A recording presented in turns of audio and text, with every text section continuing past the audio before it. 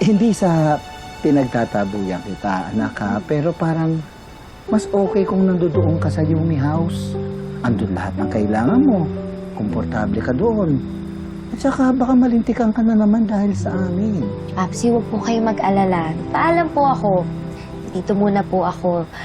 Bukas po, babalik na ako. Promise. Gusto ko lang po na kasama ko kayo in case na may emergency. Dito po ako. Sigurado yan, ha? Baka mapagalitan ka. Hindi po, Nay. Kayang-kaya ko tong tatay mo. Oo nga. Kayang-kaya ako niyan. O baka naman kasi nagwo-worry ka na baka marindi ako sa pagdadakdak ng nanay mo. Huwag kang mag-alala. Etong hearing aid na to ay may on-off. Ayan o, on, tas off. Ayan, pag naka-off to, ayan o, wala. Hindi ko narinig. Sige, Nanay. Grabe. Gusto na siguro akong masolo ni bebe ko, kaya ka pinaka-alis. Perry, baka binibiro na ganyan yung bata. You know, I really appreciate the Thanksgiving party, pero masyado na yatang marami silang ginagastos for me. Mama. Noted po on that. I'll update you na lang po later. All right, thank you. Thank you. Oh,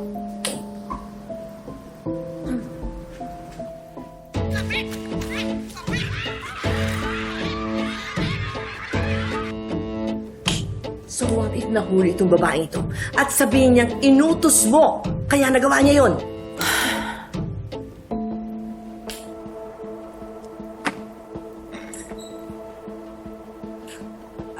I already talked to her, Mama. Don't worry. Huhupa din yan. Mamaya niyan. May new trend na or viral video na. Really? I hope so. In this day and age, na usong-uso yung mga cancel. Baka diyan ka masira. Tapos idadamay mo pa si Megan. I'm sorry. I'm sincerely sorry, Mama. Enough of this nonsense. Para mamatay na yung issue na yan.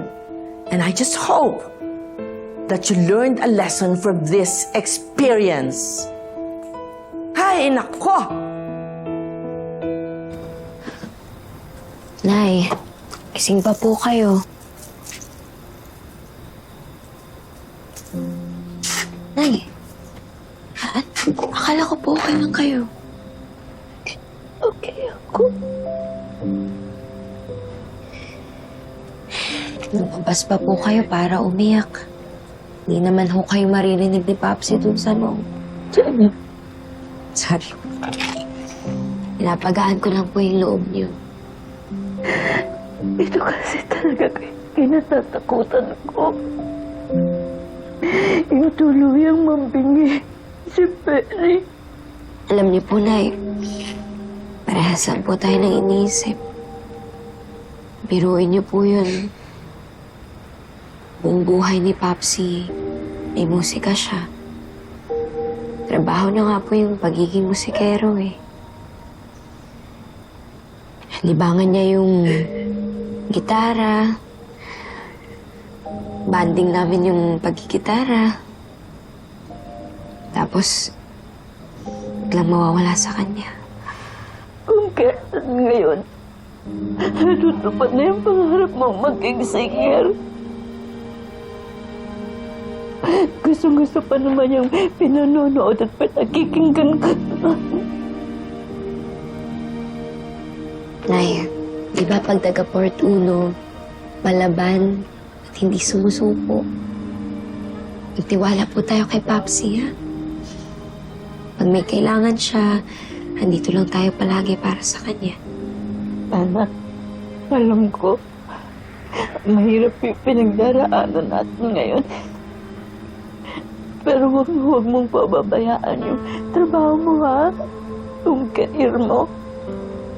Kasi alam ko ngayon, isa sa nagpapalakas ng loob niya. Yung nakikita kanyang tinutupad yung pangarap mo. At alam kong masasaktan siya ng sobra kapag pinabayaan mo. Hawak mo na yung pangarap mo. Huwag mong bibitawan, anak. Laban, Nay. ko.